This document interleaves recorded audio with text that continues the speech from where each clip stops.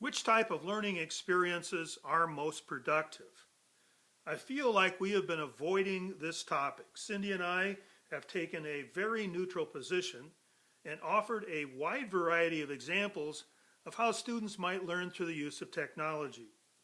We have tried to be strong advocates for the different learning experiences we describe and believe our role is to provide a broad perspective, leaving to instructors and your own judgment to prioritize some learning activities over others. However, choices do have to be made.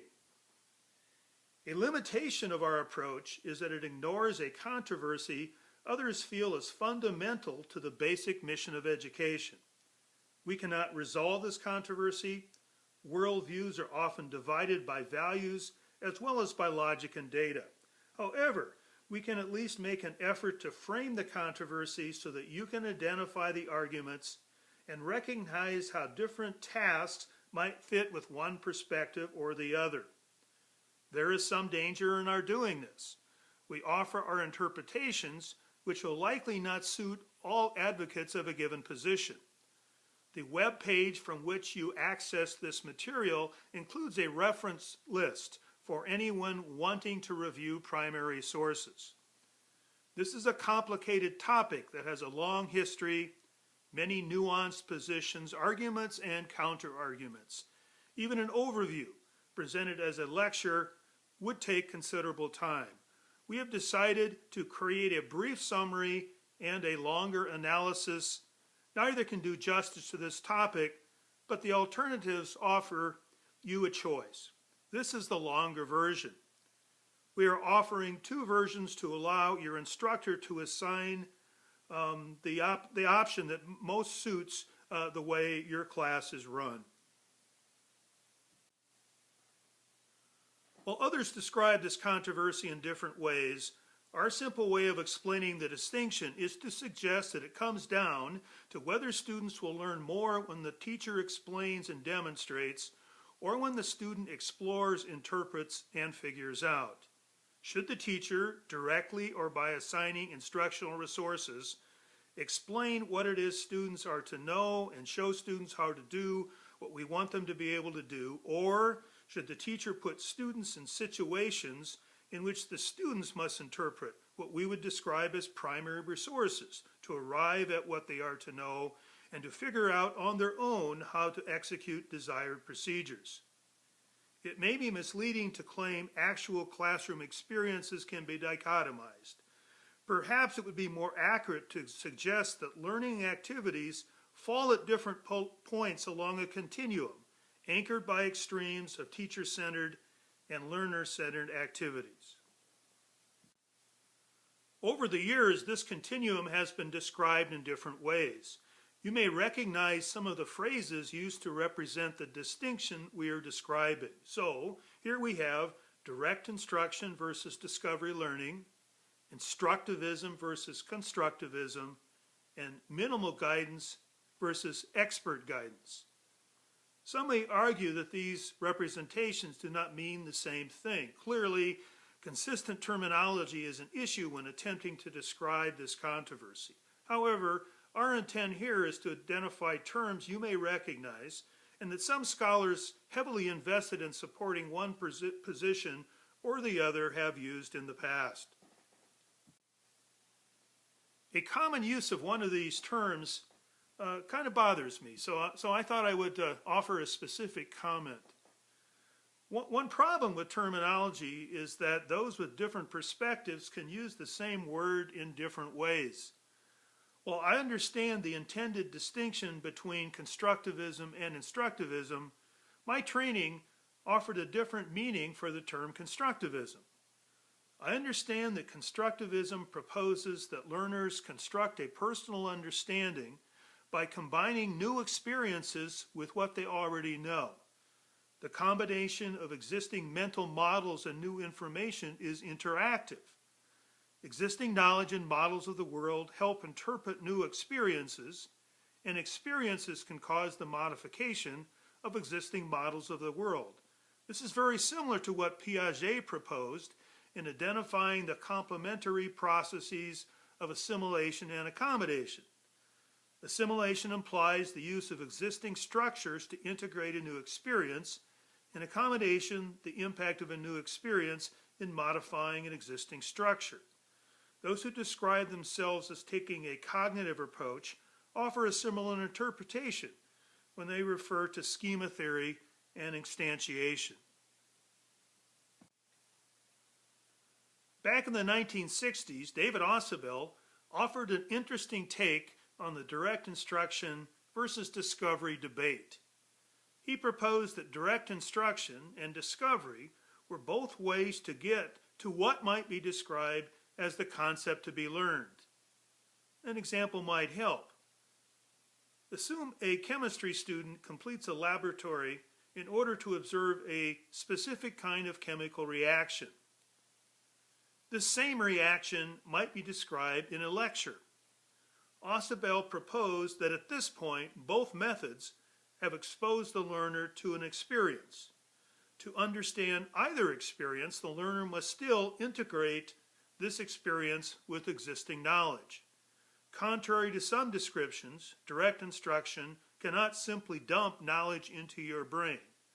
Knowledge is constructed by mentally acting on the information available. Ausubel reacted to the notion that discovery was equated with meaningful learning and direct instruction with rote learning. Instead, the rote to meaningful dimension and the direct instruction to discovery dimension together represent what might be described as an activity space. Learning tasks can be positioned within this space. The positioning along the direct instruction to discovery axis can be understood from the type of activity. The positioning of a task along the rote to meaningful dimension is less certain because how learning is accomplished is largely determined by the learner. For example, the use of flashcards to learn basic math facts is likely to be positioned as direct instruction and rote learning. It might appear somewhere down here, for example. Students pretty much memorize basic math facts when presented in this fashion. True research that's guided by the hypotheses of the experimenter, we probably would suggest would occur as discovery, but again, because it's based upon the mental structures and the predictions of the experimenter, it's likely to be represented somewhere up here. What about a chemistry lab experiment? You may have to think back a ways to remember what these experiences were like. You were likely given a set of instructions describing how you were to set up equipment, the quantity of each chemical you would need, and the specific steps to carry out the experiment. Along the way, you might have been asked to make specific observations and to record these observations in your lab book. Would you classify this as meaningful discovery? Have you ever followed a recipe to prepare a food product? You might note great similarity between the process of the typical laboratory experiment and following a recipe to prepare a food product. Do those who bake bread learn much chemistry? Ausubel proposed it was possible to engage in rote discovery. Tasks can be completed with a greater focus on completing the task than understanding the processes underlying what the tasks accomplish. Just because a task is hands-on does not mean it's minds-on. Now back to the distinction between expert guidance and minimal guidance. You are likely quite familiar with activities that represent expert guidance. Lecture presentations and textbook reading assignments are frequent learning activities for college students. The format is really not the issue. Rather, there is a focus on clear identification of what is to be understood or what skills are to be mastered, and an attempt to develop this knowledge or these skills through explanation and demonstration. The format may involve face-to-face interaction or written, video, or computer-based materials. Minimally guided learning experience immerse students in an information-rich environment with the expectation that students meet a learning goal or solve a problem. I like to use the phrase primary source to explain what I mean by an information-rich environment, because it can be contrasted with the secondary source focus of direct instruction. So, for example, a historian might work with primary sources such as diaries, photographs, and official documents in writing an account of a historical event. The account would be a secondary source and could even be a textbook. If you are a student studying history, you might be asked to read the textbook. The secondary source represented expert guidance, or you might examine a small subset of the same primary sources and develop your own summary. Different disciplines have different types of primary source content. The issue is whether you as a student work with these data or whether you focus on an expert's interpretation of these data. Various phrases have been used to describe the minimally guided approach. The following list was taken from one of the reviews we cite that happened to be critical of minimal guidance and included this list to differentiate approaches from direct instruction. You may have heard of discovery learning, problem-based learning, project-based learning, inquiry learning, experiential learning, constructivist learning. We would probably add educational games to this list. Rather than debate a controversy hoping to come to some conclusion through force of logic, those taking a more scientific perspective suggest a research-based approach. Does the minimally guided or the expert-guided approach result in more effective learning? As you might expect, there have been hundreds of studies over the years. There have been attempts to summarize this literature. You can probably get a sense of the conclusions if I read you the titles of the most frequently cited papers summarizing this research. Meyer's 2004 title reads, "Should there be a 3 strikes rule against pure discovery?" The reference to 3 strikes argues that there seems to be a kind of historical trend in which an idea emerges but is then discredited and then reemerges again. Kirshner and colleagues' 2006 title reads, "Why Minimal Guidance During Instruction Does Not Work, an Analysis of the Failure of Constructivist, Discovery, Problem-Based, Experiential, and Inquiry-Based Teaching." I assume you get the idea.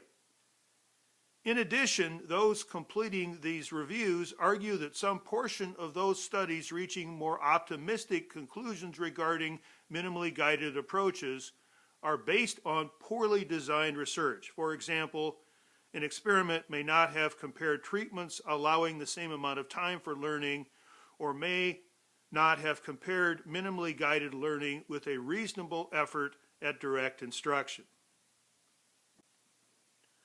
What factors are offered to explain the advantage of direct instruction? As we understand the explanation that is most frequently cited, minimally guided learning activities have 2 main limitations. The first concerns the limitation of the cognitive architecture of long-term memory. Our existing knowledge influences how we understand new information.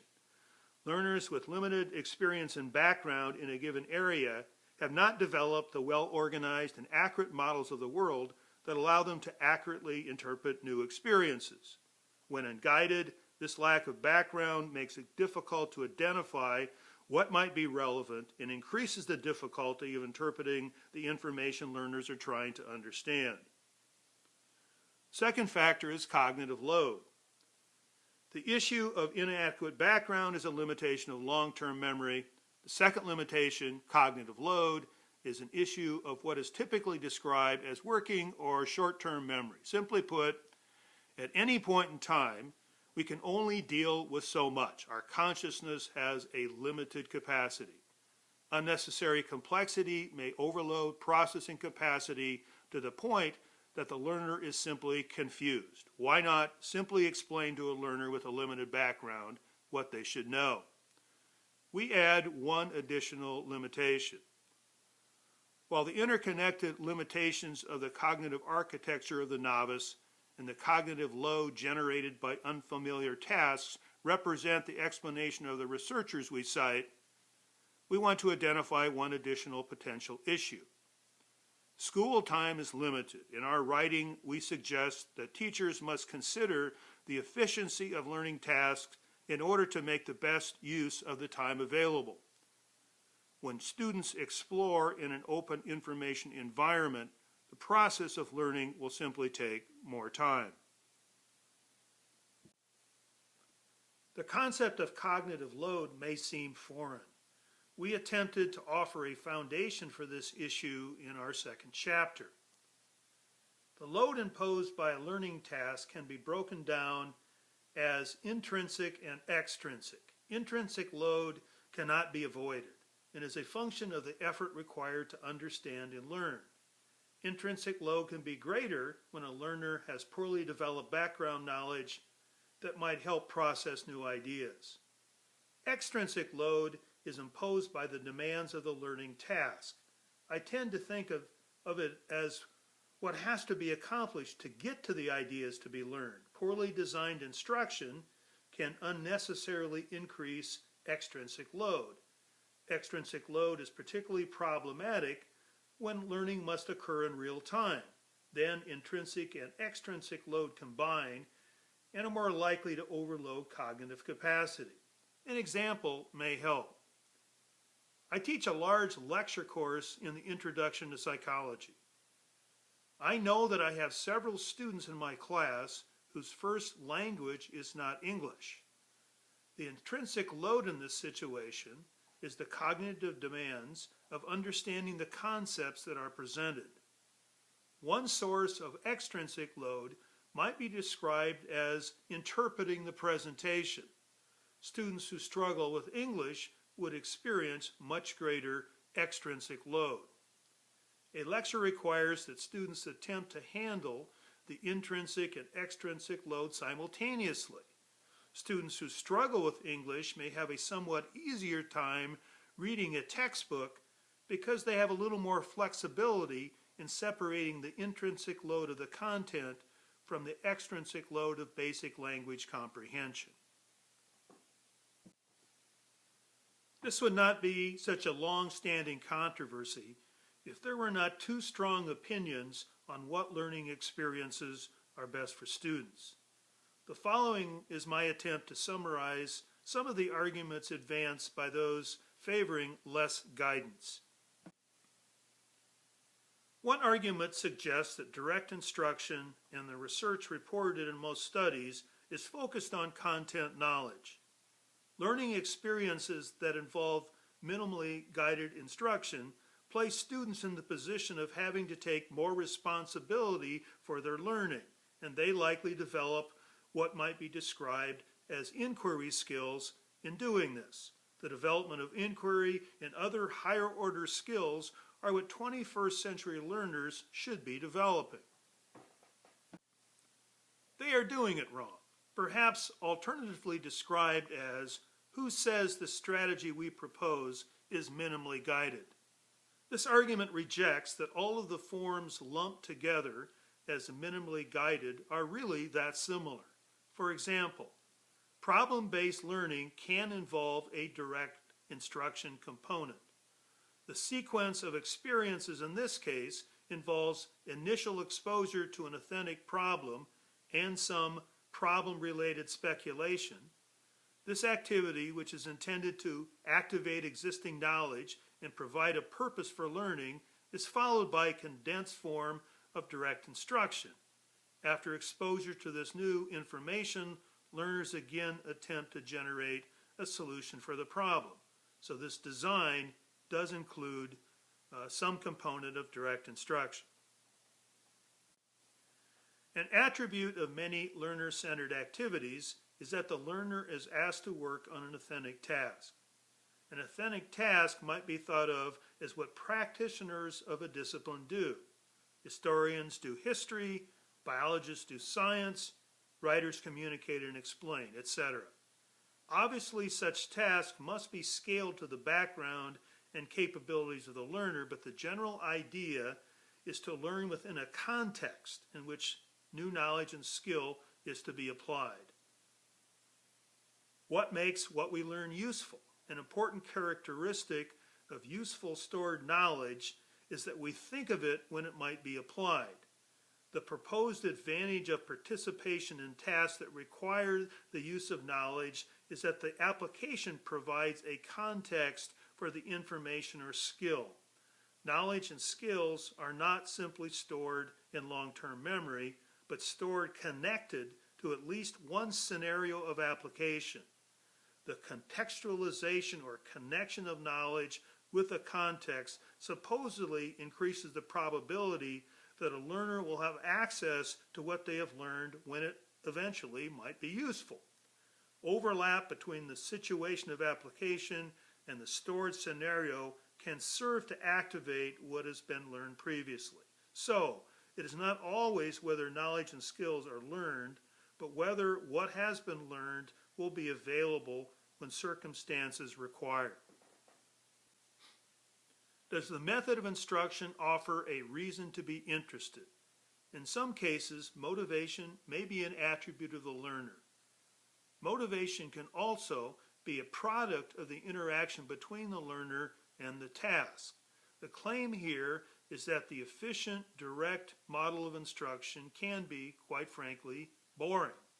The argument is that offering learners some level of control in selecting the task and the activities of learning can determine whether the learner is willing to do the necessary mental work. The idea is that self-directed learning is more likely to be motivated.